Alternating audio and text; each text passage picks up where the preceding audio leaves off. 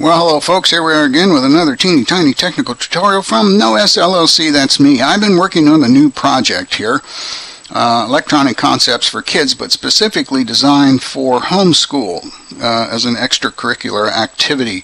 And as I was putting this last section together for it and was building some circuits with the snap circuit kits that I have, and I have a lot of them, I thought maybe you'd like to see one of the circuits that I built with the snap circuit kits, because it's a little different.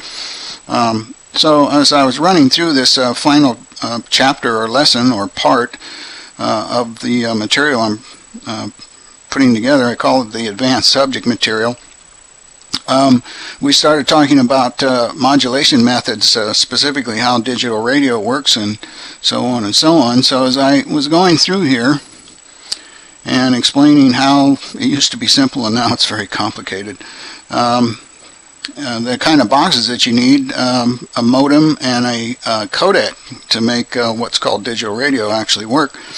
So I started trying to figure out how to build a simulation of a modem and a codec using these snap circuit kits, and came up with this. This is kind of a goofy looking little modem operation which I built. Maybe I'll put that one up later on. But the one that I want you to see, because it's kind of complicated looking, is this one. How to build a simulation of at least the first two steps in a voice band pulse code modulated codec, a coder decoder. Now some of you have seen my other videos and you know that there's three steps: sample, quantize, and encode. Well, I managed to do the sample and the quantizing using this little jury rig circuit, and it looks like this, and I'm going to take you over to that one right now because I still have it set up here, which is why I'm doing this video. So here's the circuit right here, and as I said, I can get the first two steps with this. I can't do the third step, the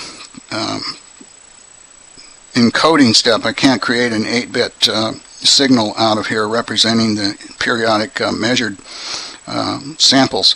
So what I've got now is basically a gating circuit up here, and I've got a simulation of an analog voice circuit down here, and I've got 2 meters watching the voltage on the analog voice circuit. This is kind of simulating a microphone or a telephone handset.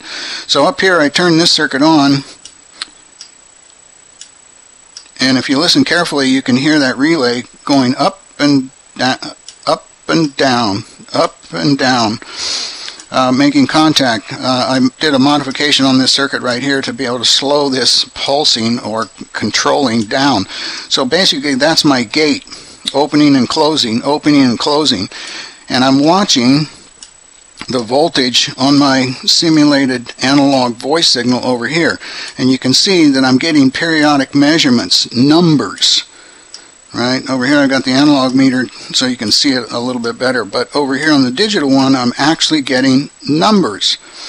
So I'm doing a sample, periodic sample, first step, sample, and I'm getting a number for each one of the samples, quantizing.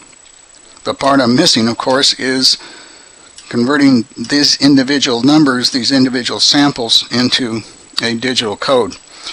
Now, you know, if you looked at my other stuff and you know T-carrier, E-carrier, that this sampling rate right here, this thing should be clicking on and off 8,000 times per second. Well, if we did that, you couldn't see the individual numbers.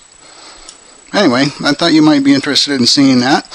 I certainly haven't seen anyone try to put a circuit this complicated together using these snap parts. It is limited in some ways, but if you mess around, you can kind of come up with stuff like this. Well, perhaps I'll show you the modem one later on.